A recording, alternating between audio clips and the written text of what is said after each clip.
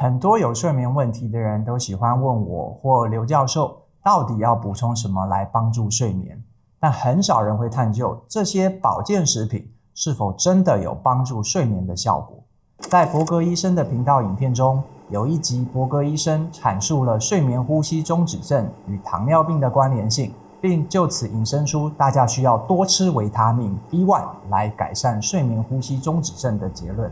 在看完这部影片的内容之后，我发现伯格医生对于睡眠呼吸中止症与糖尿病的关联性，他们的因果关系似乎有些过于简化，而且在逻辑论证上也并不是非常正确。因此我们特别帮大家做一集影片来补充，同时也希望从医学实证的角度来探讨一下这个很多人都感到困惑的议题。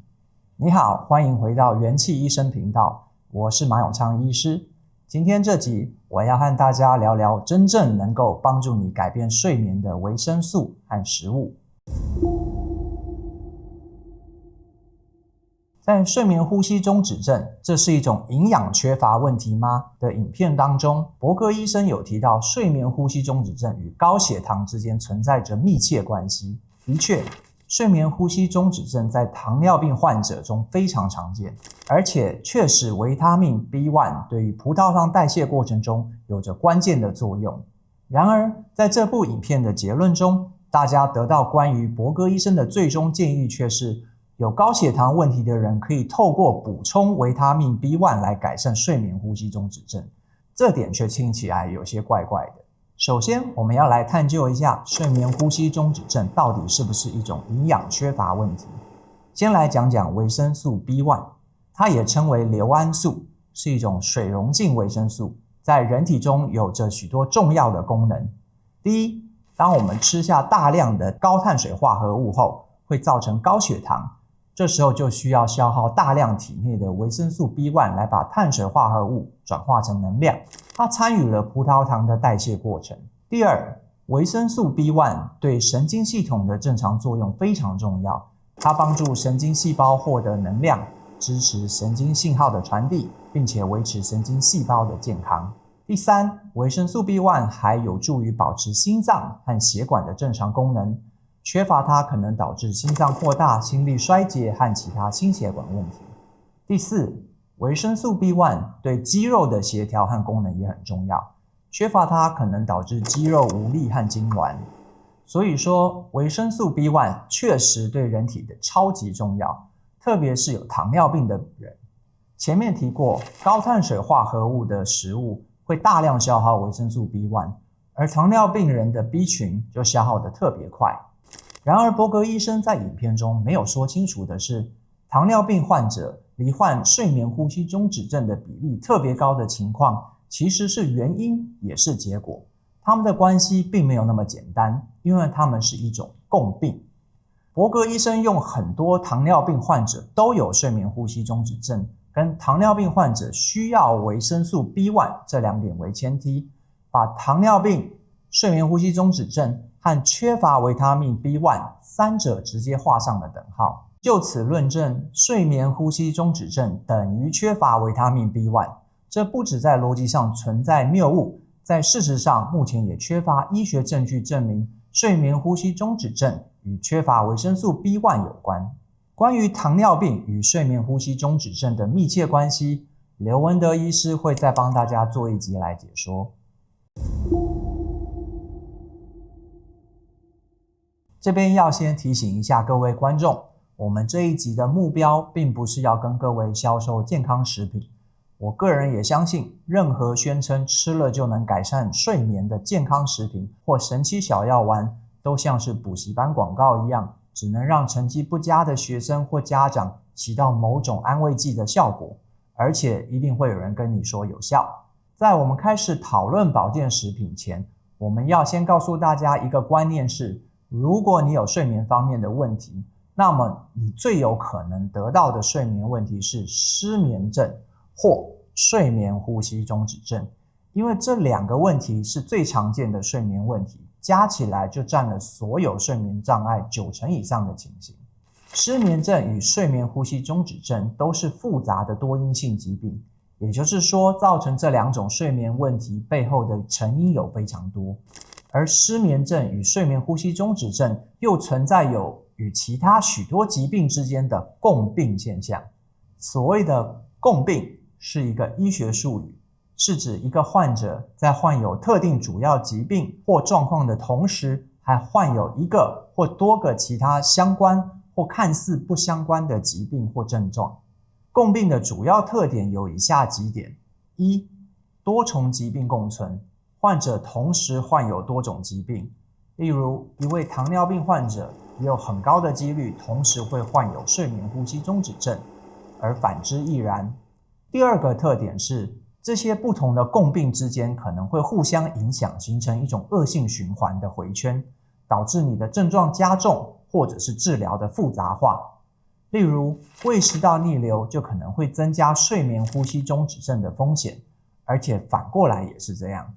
那它的第三个特点就是在治疗上有非常高的挑战性。共病的存在可能使治疗变得更为复杂，因为医生必须要考虑到每一种疾病的治疗方法以及彼此之间的交互作用。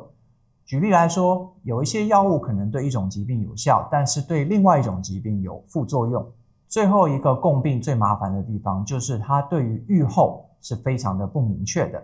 共病通常会加重彼此疾病之间的总体负担，使得整体的预后变为更不确定，这点可能会大幅降低患者的生活质量。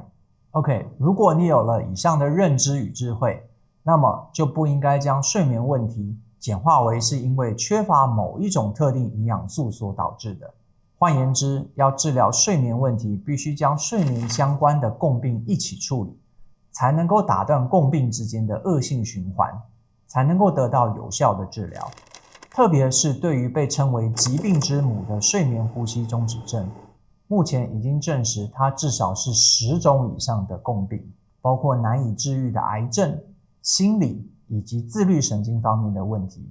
如果你对以上这2个最常见的睡眠问题有兴趣，你可以看看刘医师的这2部影片。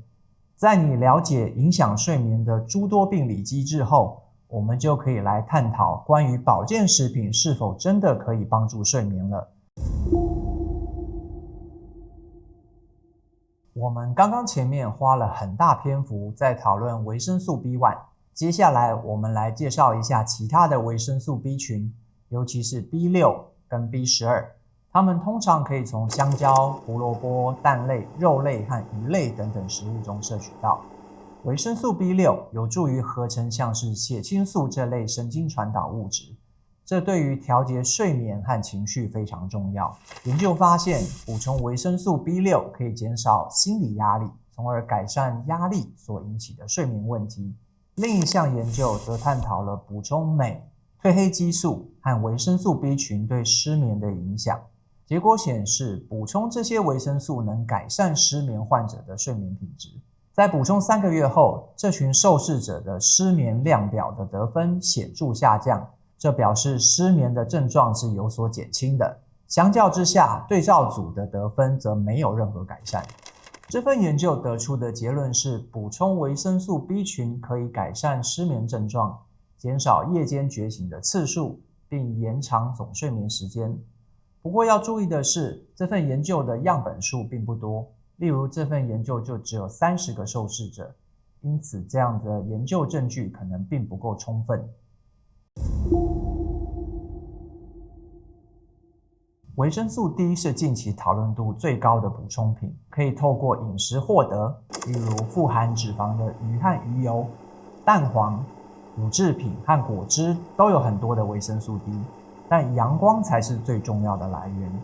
维生素 D 不仅仅是调节钙和磷的平衡，它也是保持你的骨骼健康的重要因子，在免疫系统的调节中也发挥着重要的作用。缺乏维生素 D 会导致发炎、氧化压力增加，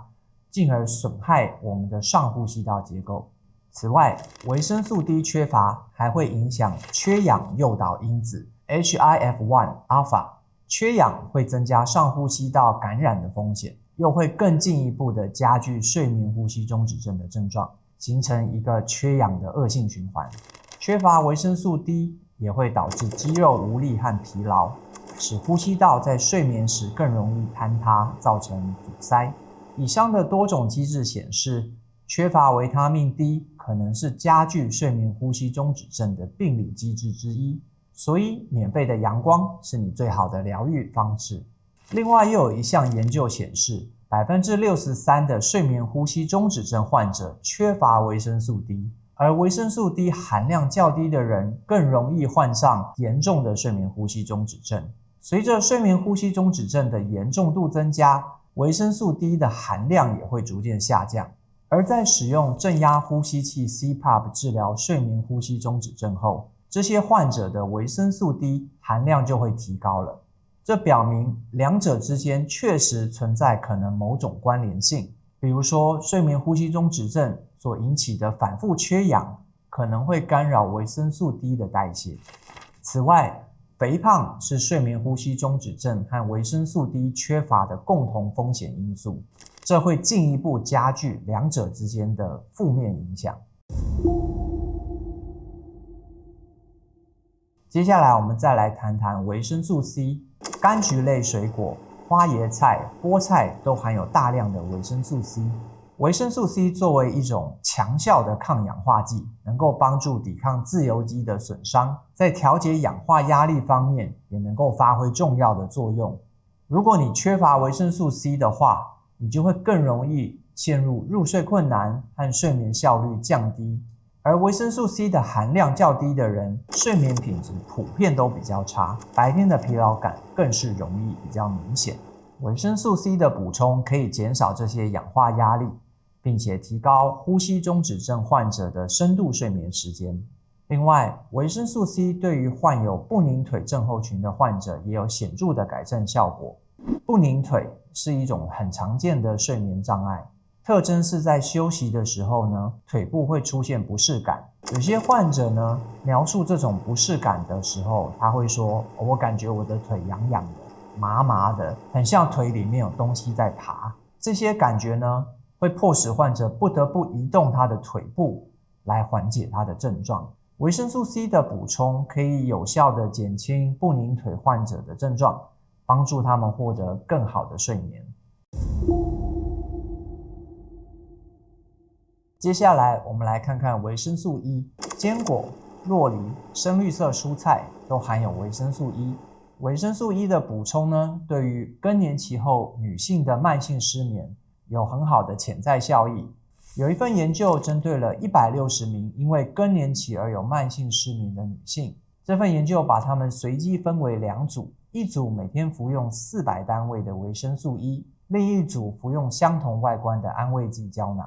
结果显示，每天补充400单位的维生素 E 可以显著改善参与者的睡眠品质。透过匹兹堡睡眠质量指数的评估，维生素 E 组得分明显的比较低，代表他们的睡眠品质有所提升。而且维生素 E 组的参与者使用镇静药物的比例也会大幅的减少。此外，研究还发现，维生素 E 可以减少睡眠剥夺所导致的脑部氧化。脑部氧化是指睡不好或睡不着所导致睡眠剥夺的情况下，会使得我们大脑中的谷胱甘肽失衡，这会降低抗氧化酶的活性。如果你补充维生素 E， 就可以使这些指标恢复正常。这些结果显示，维生素 E 有保护记忆的功能，还能通过调节氧化压力来保持神经系统的健康。